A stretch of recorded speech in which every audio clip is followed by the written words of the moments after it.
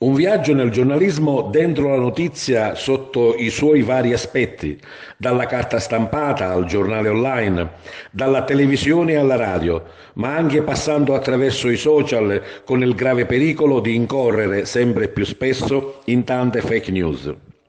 Scuola di giornalismo per gli alunni dell'Istituto Comprensivo Falcone e Borsellino di Favara, che da anni, grazie al loro docente Giuseppe Piscopo, giornalista di lungo corso, hanno messo su una vera e propria redazione giornalistica.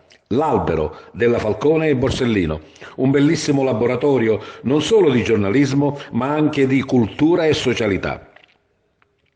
Siamo stati ospiti della loro redazione unitamente al collega del quotidiano La Sicilia, Totò Arancio. Una bella esperienza, un incontro interessante e formativo non solo per i giovani studenti giornalisti. Presente anche la dirigente scolastica Maria Vella, che ha invitato i propri allievi a leggere con curiosità il mondo circostante, ad avere una coscienza critica, avanzare proposte e tenere sempre un comportamento corretto ed imparziale, soprattutto quando si racconta un fatto.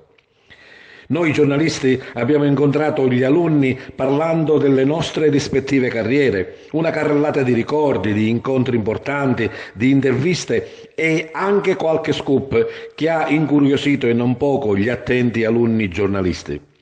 Diverse e interessanti le domande fatte dai ragazzi, si è parlato degli inizi di carriera, delle emozioni nel vedere la propria firma, nome e cognome su un giornale, dei pezzi più scomodi, degli incontri più importanti. Molti hanno espresso la volontà di voler fare del giornalismo il proprio lavoro.